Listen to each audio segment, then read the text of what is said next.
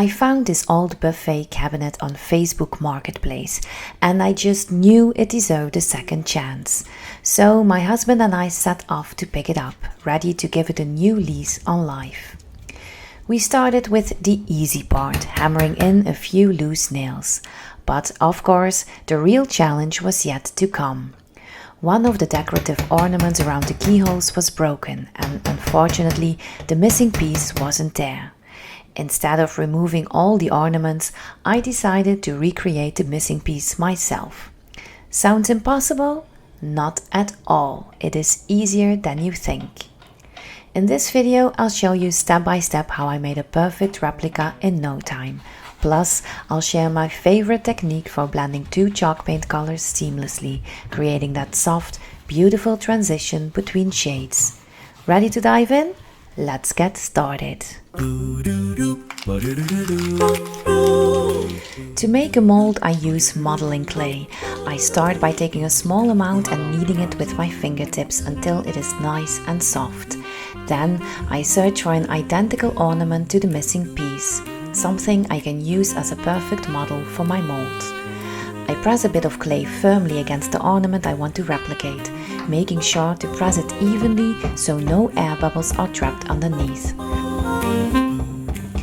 And here's a little tip, I always make two molds just in case one doesn't turn out perfectly during the drying process. Better safe than sorry, right? Once I am sure I have captured all the details, I carefully peel the clay away and inspect it. If the impression looks clear and precise, I set the clay aside on a flat surface like a table to let it dry. Once the mold is dry, though it doesn't have to be rock hard, just firm enough, it is time to prepare the epoxy. Epoxy always comes in two bottles, part A and part B. These liquids need to be mixed in equal amounts. Precise measuring and thorough mixing are key here for the best results. As soon as it's ready, I pour the mixture into the mold. And let's be honest, it's not always the neatest process. In this case, the mold isn't very deep, so the liquid tends to spill over the edges. But don't worry, that's an easy fix and I'll show you how to handle it in just a moment.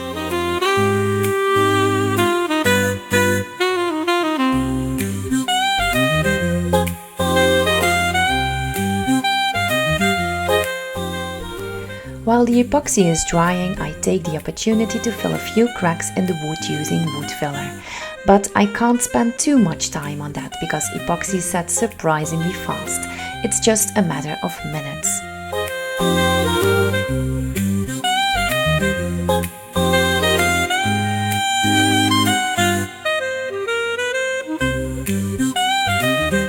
In fact, I don't even wait until it is fully cured. Removing it while it's still slightly flexible makes it much easier to peel out of the mold.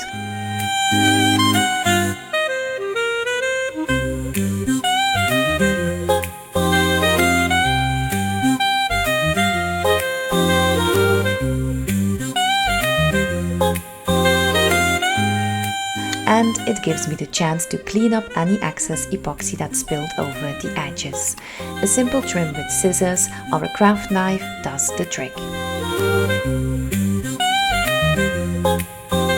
And just like that, my messy pour is fixed and polished, ready for the next steps.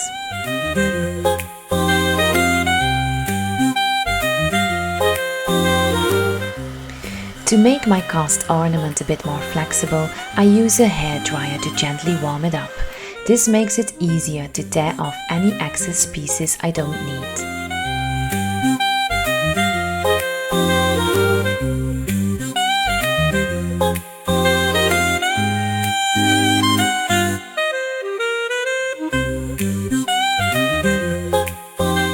Then I apply glue to the back of the replica and press it firmly onto the cabinet. To ensure a perfect fit, I add a little more warmth with the hairdryer. The heat softens the ornament slightly, allowing it to adhere snugly to the surface.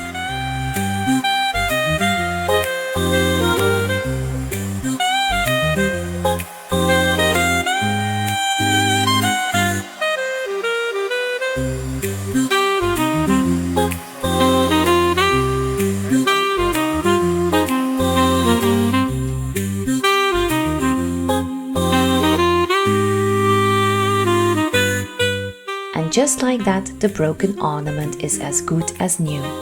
A little coat of paint and no one will ever know it was missing. It'll be our little secret.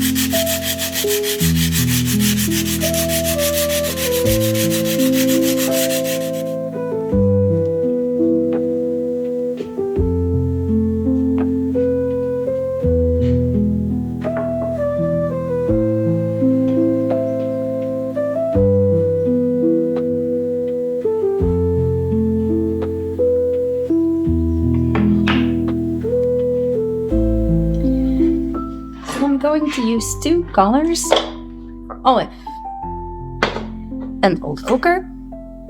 Old ochre more for the middle, olive for the outer sides, and I'm going to blend. I use my spray mister because you want to keep your paint as moist as possible so it's easier to blend it. I have two paint brushes just to get my paint on, and I've got a clean one I've never used before. It's also dry. I'm going to use it to blend the paint, so to make all the edges very smooth. I also have a few old, cloths. It's from bed sheets actually, and I'm going to use them to clean this brush off so I can keep blending the colors in together. So let's get started.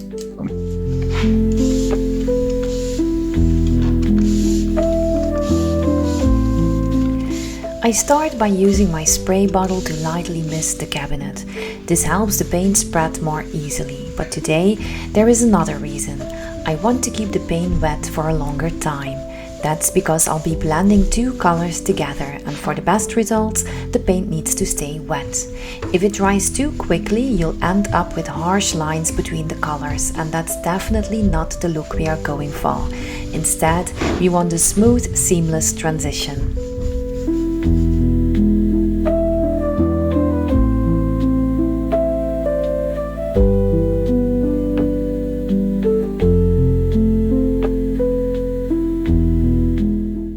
First, I apply the outer color, olive, and once that's done, I mist the surface again and add the lighter color to the inner panel. This is just a first coat, so don't worry if you miss a spot. We'll be coming back for a second coat later on.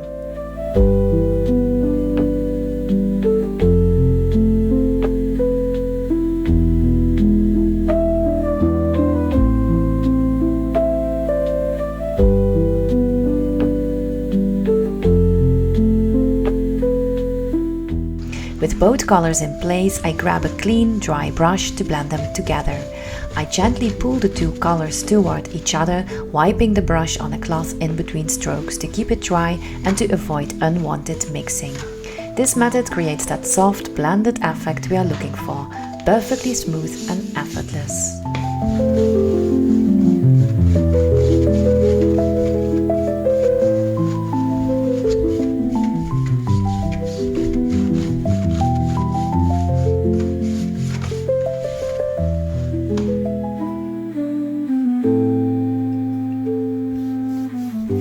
Now let's hide our little replica ornament with a coat of paint. A quick brush stroke here, a little dab there, and voila! Can you even tell the difference anymore? I didn't think so. Problem solved.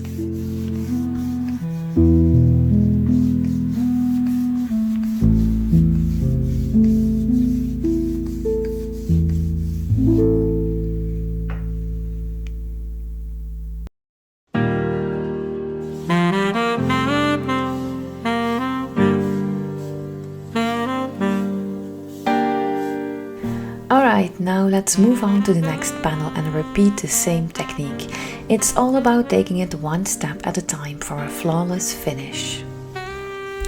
Now I'll let you watch as I work on the rest of the front panels, repeating the same technique step by step. misting the surface, applying the outer color, misting again, painting the inner color, and then misting one more time before blending the two with a clean, dry brush. Remember, I always wipe the brush on a cloth after every few strokes to keep the blend controlled and clean. To make it easier for you to follow along, I'll speed up the video slightly so you can see the process unfold and watch how the colors gradually come together for that seamless, blended effect. When blending with a dry brush, I like to use a specific technique to create the softest transitions possible. First, I go over the area with horizontal strokes, moving the brush from left to right a few times.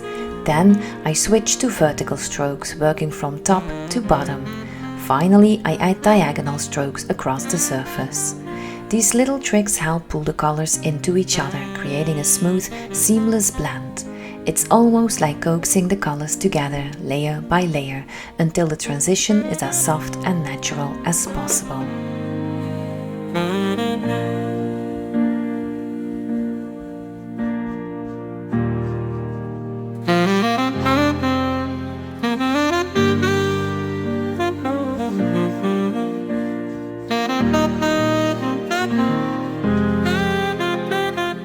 By the way, if you're hearing strange noises, there are people placing solar panels on the roof. So I hope it's not disturbing or annoying.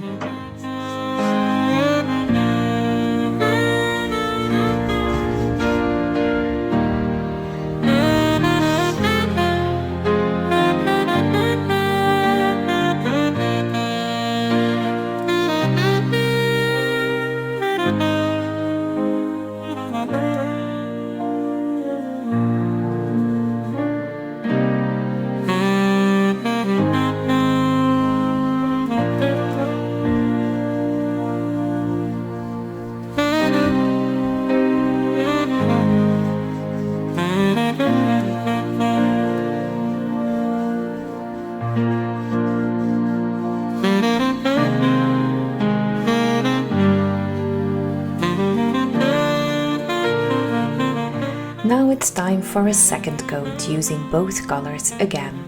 I apply them in the same way as before, following the exact same technique: misting, painting and blending.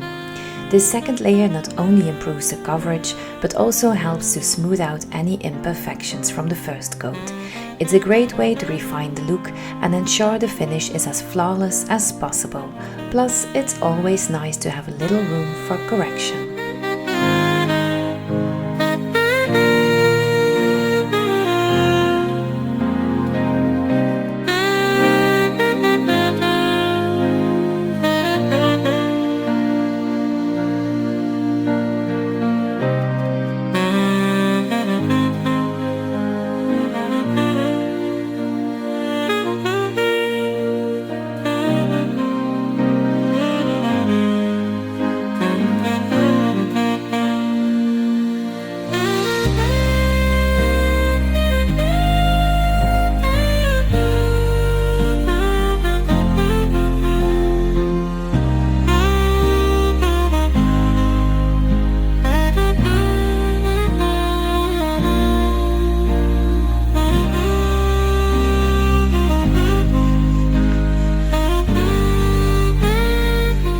To give the cabinet and the paint some extra protection, I finish it off with a layer of clear wax once it's fully dry.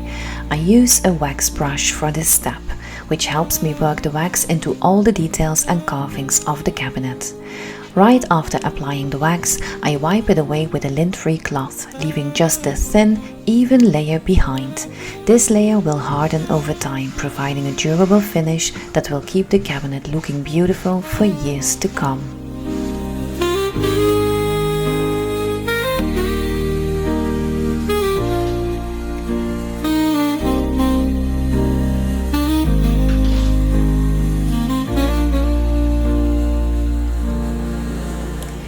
With a touch of dark wax in the corners and around the carvings, I add a bit more depth and character to the cabinet. And with that, this project is complete.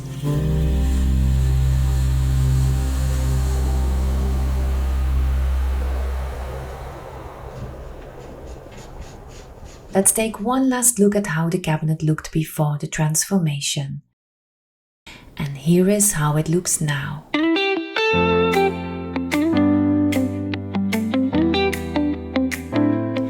The cabinet now exudes a timeless elegance with its beautifully blended two-tone finish. The soft transition between the deep olive and the lighter inner tone creates a striking yet subtle contrast. The carvings and ornate details are highlighted with just the right amount of dark wax, adding depth and making the intricate design stand out. The clear wax finish gives the piece a soft sheen while protecting the paint and ensuring durability. This once forgotten buffet cabinet has been completely revitalized, transformed into a stunning centerpiece ready to shine in any room.